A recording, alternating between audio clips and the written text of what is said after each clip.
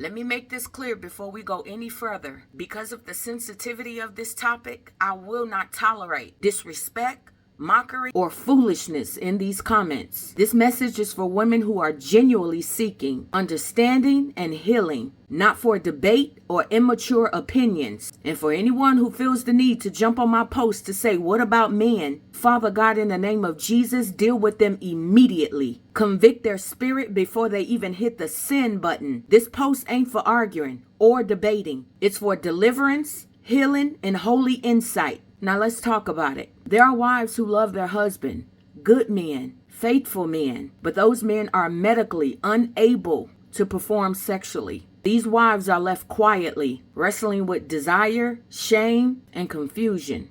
They're not unholy. They're not unfaithful. These are women living in tension between covenant and craving.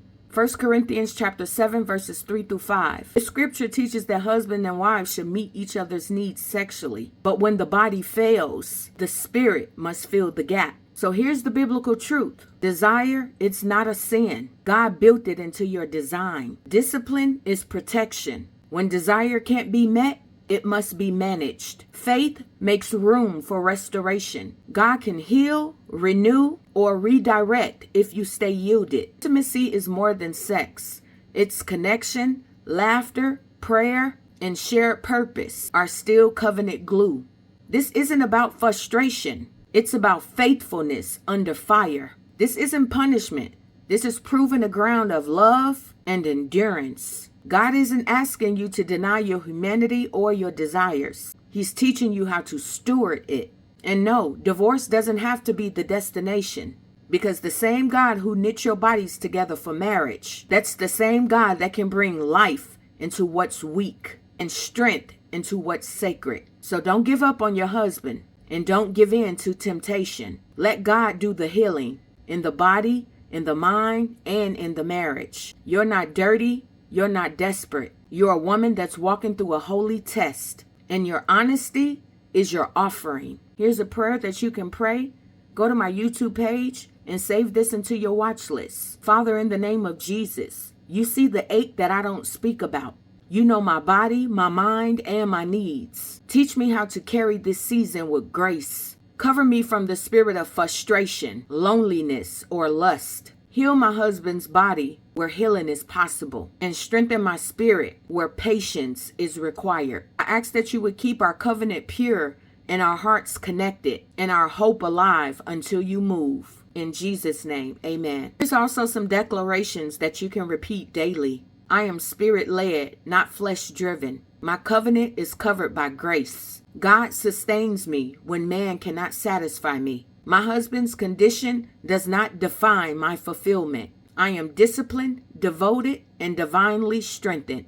My desire will not destroy my destiny. God is restoring what's missing: body, soul, and connection. Here's the thing. If you've prayed, waited, fasted, and still no shift, guard your environment from lustful triggers. Redirect your energy through worship, work, or wellness. Keep communication honest and gentle. Seek confidential, godly counsel, not gossip circles.